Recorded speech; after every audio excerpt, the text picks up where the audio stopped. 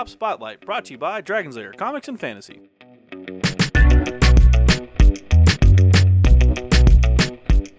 Hey everyone, I'm AdamHarry from Bowls Tabletop News with Evan from Dragon's Lair Comics and Fantasy. And we're back with another Tabletop Spotlight. Evan. Yes. The King's Abbey. The King's Abbey. What is this one all about, This man? is a game where each player has control of an abbey that they're trying to improve because the king told them to. It takes place at the end of the Dark Ages. Okay. So you can go on crusades, you can build gardens for your abbey, all that kind of stuff. So you're just making your abbey fancy? Yeah, basically. You control these peasants, you tell them what to do. Is this kind of a resource management, worker placement? It's definitely worker placement and resource management. Okay. Yeah, because you can collect resources and then you control these peasants, and the peasants want to be baptized, so they're trying to do more for the abbey and stuff like that. Yeah, makes sense. Yeah, I like worker placement games, and I like resource management. Yeah, sounds like fun. Let's take a look inside the King's Abbey. The King's Abbey. Yes. Cool. Yes. An 11th century Abbey building game. Yeah. Awesome. Back of the box. Back of the box. Kind of shows you what you get. Train your workers, defend against darkness. Darkness is like, because it's the end of the Dark Ages, and you want to defend against darkness, which is like plagues or anything like that. Yeah. So dragons, and whatever. Build a King's Abbey because the king is in control. Let's open it up. Do it. Now this was started out as a Kickstarter game. It's now a retail. Yeah. In retail stores. Glad to see another Kickstarter success. Yeah, Actually, it's delivering. It's nice. Yeah. Yeah. Very much enjoyed the variety you get in Kickstarter. There's the rule book. It is well in there. Full color. Full color. We'll go over that in a second. Yep.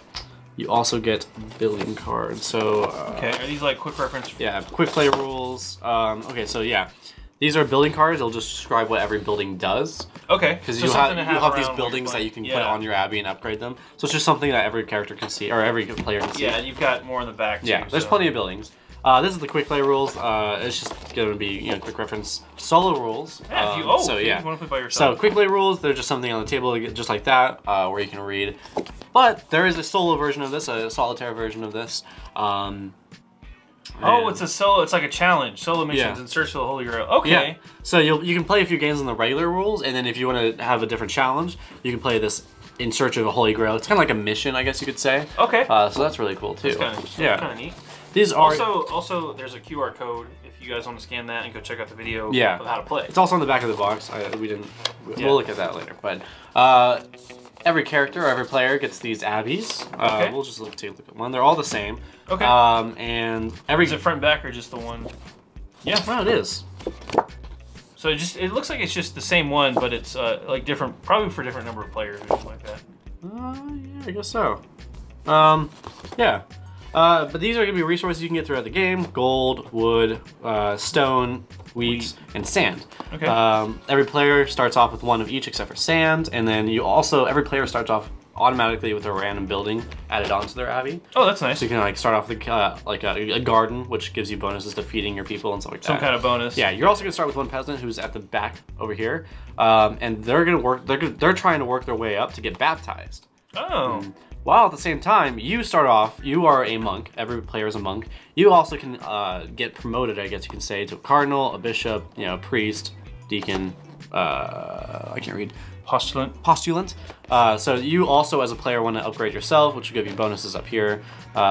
This up here is the darkness tracker. Okay. So how the darkness kind of works is there's a darkness tracker on the other game board, which we'll go over here in a second. You want your darkness defense to be higher than what the game's darkness is at. If it's not higher, you'll get negative points at the end of the game. So it's just something to keep track of. Okay, makes sense. We have here, these are, I think they're quick references guides, like turn orders and stuff like that. Yeah. Yeah. Okay. So this is the King's Abbey phases. Those are super handy. Yeah. On the other side is. I like that they're big and oversized. Yeah, they're like even bigger than tarot size, I would say. So yeah, it's nice. Every character can have them, or every player can have them. So that's cool. Some players are characters. I'm a character. You're a character. I'm a character. We're all characters. We're all characters. This is the game board. Let's go over that in a second. Here. Right on. Oh, okay. So this is a nice fold out. So this is gonna be the middle of the game. Every player has their own abbey, but then there's this. I'm trying to make room for here. Perfect. So see everything. Yeah. Out here is the fields and the mines and stuff like that. You can send some of your peasants out here to collect resources. Okay, so as we talked about earlier, this is where the worker placement part of it. Yeah, there are bonuses. I think if you're the first person to put them out here. Of course, there's a turn tracker along the board to keep track of turns. Is it probably scored? Not turns. I'm sorry, yeah, that's what I meant. Score. Yeah. We have the market where you can buy buildings and cost value is here. So let's say if you buy that one, it'll shift down and you'll put one more up there. Yeah. Okay. This is the darkness tracker. So this is what I was talking about earlier. So if you start off a regular game, you start the darkness here at 3. Okay. You want your defense to be more than 3 each turn. Yeah. If you want to make it challenging, because if you start here, it's only end at 8. If you want to make it challenging, you can start at that 3. Oh wow. Okay. And it'll end at 9 at the last turn. So that just kind of makes it more challenging. Yeah. You have events. Events can be like disasters. There's 2 good cards in the events. There's 2 bad cards, and then there's 4 really bad cards. Ooh. Yeah. The really bad cards are Vikings, like Viking invasions. Not good. So you don't want to draw those. In fact, first turn, if you draw a Viking card, you're allowed to put it back. They're like, just kidding. Yeah, exactly. Crusades are little missions that people can go on. Let's bring out the cards, man. Yeah, let's put this away. Crusades are like these. Each player gets one of these, and you can get more. Basically, what they are is, this is the cost, so it's going to cost 2 dice of any number, and then 2 peasants. And once you do that, it takes a turn to go through. You'll get 2 coins and food. So there's also events. Events can be like plentiful day where every player gets like 1 of every resource and stuff like that. I just wanted to point this out too. The box is really well organized. Yeah, look at that. I love all the colors. I love the color. I love extra dice colors. Yeah, right? It's not all the same dice. Yeah. Well, it makes sense too because you have to know whose dice is whose. Yeah, I'm a sucker for dice sets. Are you? Yeah, I like just random dice sets. I play for like Warhammer and like I have D&D. You get so many different colors. Yeah. Let's keep going through some of these components. They're all really cool. These are the building tiles. So you can see on the very front, barn holds up to 5 sheep or 3 cows, which you can get. Makes sense. So yeah, you can put that on your Abbey to upgrade it. Yeah. Also gives you, I think, more points at the end of the game. We got. I like that we have all of these tokens and they're already pre-punched. Yeah. Like there's a ton you don't have of to tokens. put. They're all not only pre-punched, but they're already like organized. And bags. Yeah. Yeah, that's crazy. Wow, that's a lot. Oh, so these are all resources. We got wheat and the stone and the sand and everything like that. Okay. These are gold. I mean, you have 1 and 5s. Not complex. These, let me see what these are big. Oh, these are little like items you can get. So you can get like a bag for like going on crusades. The bag can give you rerolls and stuff like that. So these are just items that you can use. I see that there's also like relics and random ones. Yeah, exactly. That's cool. There is another color set of dice. Those are probably the darknesses. These are the darknesses. Yeah, I think so.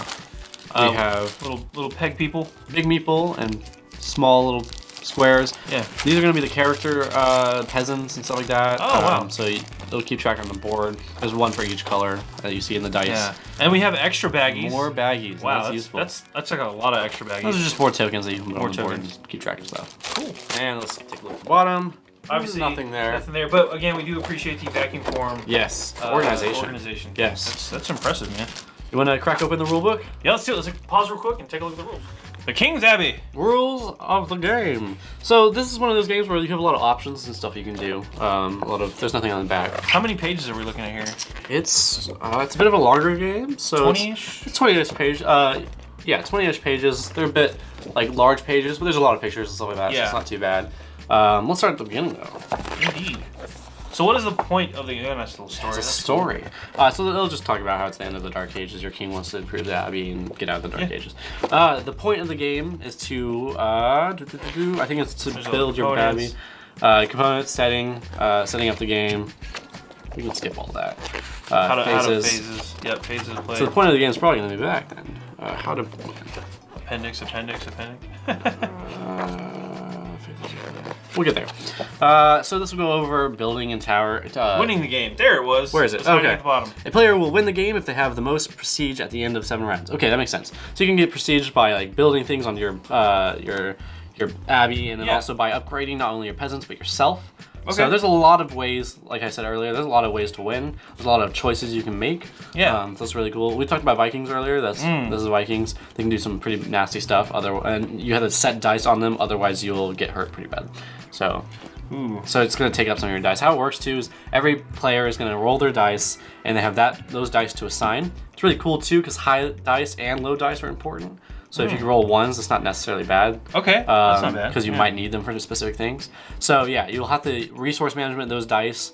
If you put them on crusades, they'll be gone for 2 turns, so you might not want to do that, stuff like that. So your dice are basically your workers too. Yeah, exactly. Your dice are considered your other monks who are here to help you. Oh. The little squares, the little cubes, those are your peasants who do other tasks as well. Gotcha. Yeah.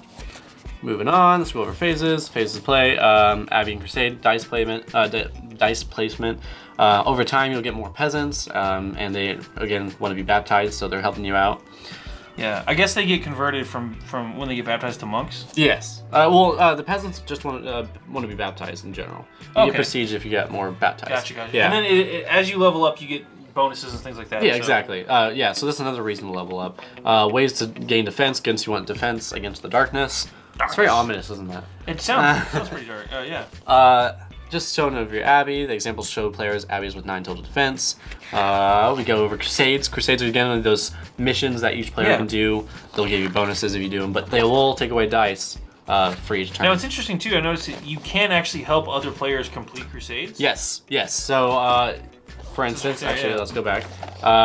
Where's an example of Crusade? Doesn't show it. But on the cards, you know how you have to set. Some cards will say you will need 4 of every number.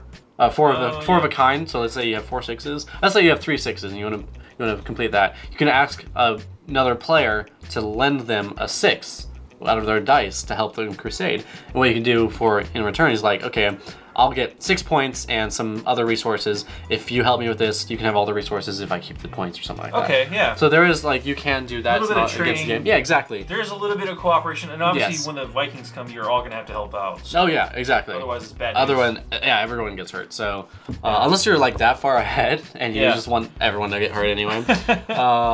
Who would play like that? Right? You can move peasants, build. It's just gonna go over that. We don't need to go detail. We don't have to go detail, but you get a pretty good idea. There's what, like 10 phases in the game, and it's pretty well detailed. But this is a longer form game, and we'll get to that in the outro. But yeah, it's pretty good stuff. This is the appendix. It's just gonna break down what every building does, but they do say on the card what they do also. So it should be.